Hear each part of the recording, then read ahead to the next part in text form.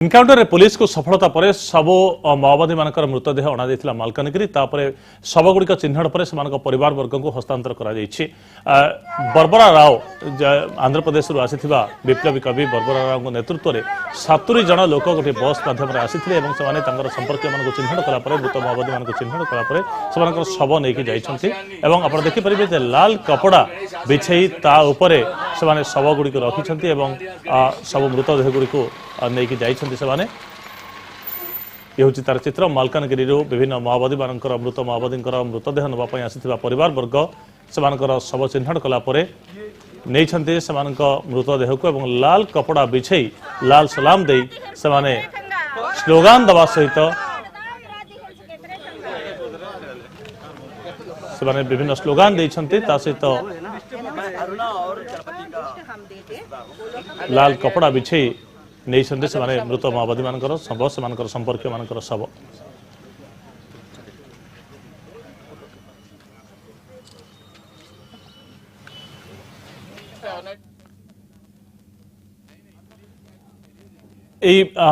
हत्याकांड पर माओवादी मान सहित एनकाउंटर माओवादी मान प्राण हरैवा पर विप्लवी नेता विप्लवी कवि बर्बरा राव पहुंची मालकानगिरी 3 दिन धरी से मालकानगिरी डेरा पकई तो कौन रही आभिमुख्य माओवाद को नहीं कहीं साधारण लोक माओवादी होती जल जंगल और जमी कहीं युद्ध होउछि एसब संपर्क से मत पोषण कर अधिक आलोचना कर प्रतिनिधि देवव्रत सारा आम सहित अच्छा रेवोल्यूशनरी राइटर बर्बरा राव जे गतकाली मालकानगिरी आसी पहुंची शवगुड़ी को चिन्हट करने प्रक्रिया से सामिल होती आसंत सीधा सड़क आलोचना करवा सर बताएंगे क्या शब्द तो आप अभी ले रहे हैं इनक्वेस्ट प्रोसेस भी चल रहा है लेकिन इस पूरा एनकाउंटर को आप कैसे देखते हैं? इसको तो नरसंहार कहते हैं हम एक तरफा मारना है ये एनकाउंटर ऐसे क्योंकि वो लोग जो फायर किए हैं तो सिर्फ ग्रेहाउंड्स घायल हुए हैं और ग्रेहाउंड्स जो उतने सुशिक्षित हैं और लॉ अबाइडिंग पीपल भी है वो अगर फायर किए तो लोग मर गए हैं 18 लोग मर गए हैं 21 लोग मर गए हैं 28 लोग मर गए हैं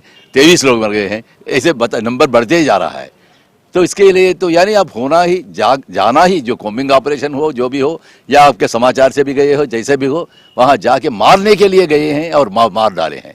सर डिमांड क्या है आपका? भी हमारा डिमांड तो एक आंध्र प्रदेश हाईकोर्ट के एक constitutional bench 5 member constitutional bench का एक यूनानिमस जजमेंट है कि जो भी एनकाउंटर हो अगर सेल्फ डिफेंस पे भी करे तो उसको एक कल्पेबल होमिसाइड यानी मर्डर केस से रजिस्टर होना चाहिए। ये वैसा ही रजिस्टर होना चाहिए एक है। और डेड बॉडीज को ये आइडेंटिफाई करने के लिए जो इतने नामा आ रहा है पूरा ऐसे एक पेटी में रखना नहीं एक तरफा ऐसा रखे जो परिवार आए हैं उसको देखने के लिए देना है डेड बॉडीज को ऑनरेबली उसका हैंडओवर करना है। सर देखिए पिछले समय में भी बहुत सारा एनकाउंटर हुआ है मालकानगिरी में भी एनकाउंटर हुआ है शिलाकटा एनकाउंटर आपको याद होगा पिछले बार आपके तरफ से बहुत सारा स्टेटमेंट आता रहा है कि वो लोग आम जनता है गाँव जो ग्रामीण है तो इस एनकाउंटर के बारे में आप कहेंगे क्या ये लोग माओइस्ट थे या विलेजर्स थे?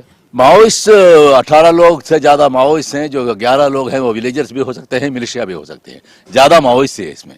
सर आप देखेंगे जो चारू मजुमदार का जो 18 लोगों के जो एक लाइन में थे वो फॉर्मेशन में थे वो रोल कॉल हो रहा था उससे एक ही समय 18 लोगों को मारे हैं वो सब पार्टी मेंबर्स हैं।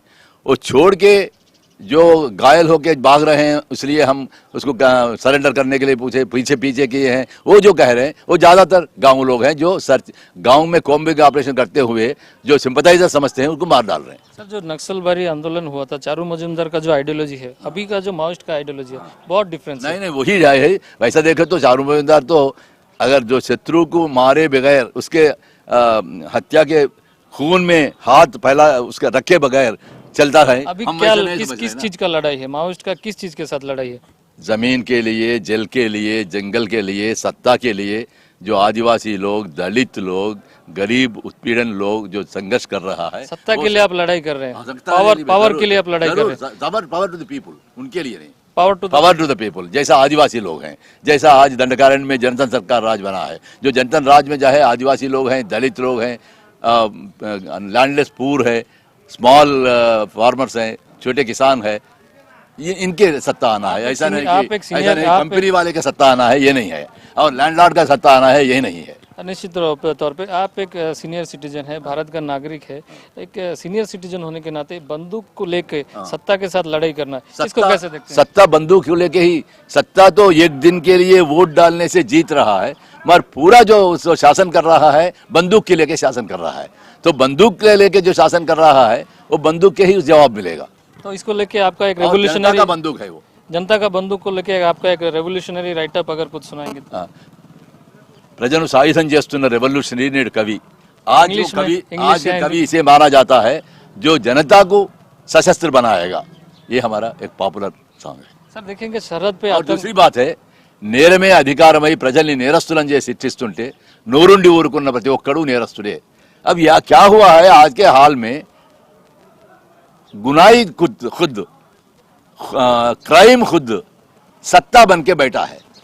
इसके बारे में जो मुंह नहीं खुलता है, मौन से बैठता है, वो खुद क्रिमिनल हो जाएगा। सर देखिए एक आतंकवादी है, जिम्मेदारी हो एक आतंकवादी है जो बॉर्डर पे लड़ाई कर रहा है, बंदूक लेके लड़ाई कर रहा है, हमारे सत्ता के ऊपर आक्रमण कर रहा है। एक नक्सलिज्म है जो सत्ता के ऊपर लड़ाई आक्रमण कर रहा है, बंदूक लेके लड़ाई कर रहा है।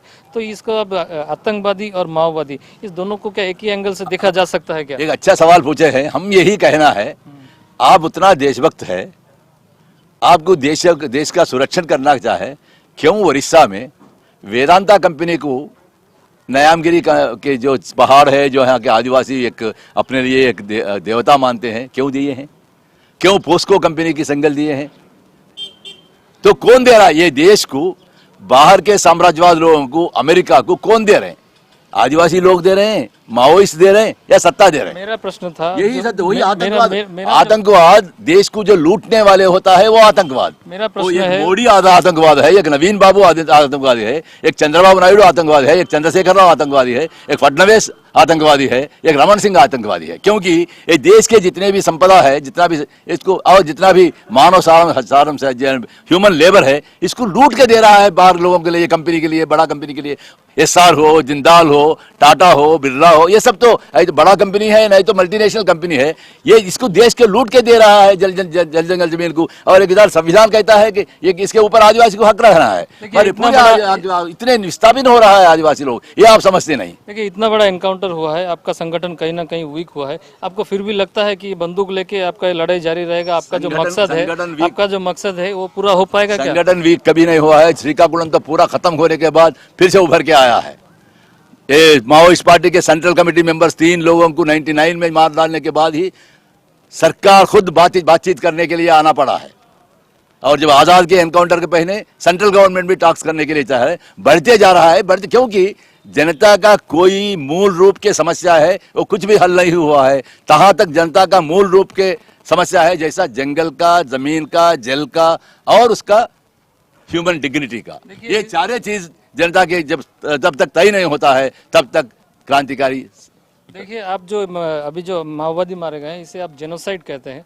जब गांव वाले मारे जाते हैं, जब जरूर जरूर उसको भी पब्लिक जब मारा जाता है, ब्लास्ट होता है, जरूर वो कंडेम करते हैं। ब्लास्ट गांव वाले को मारने के लिए, आम जनता को मारने के लिए कभी ब्लास्ट नहीं करते हैं। Thank you.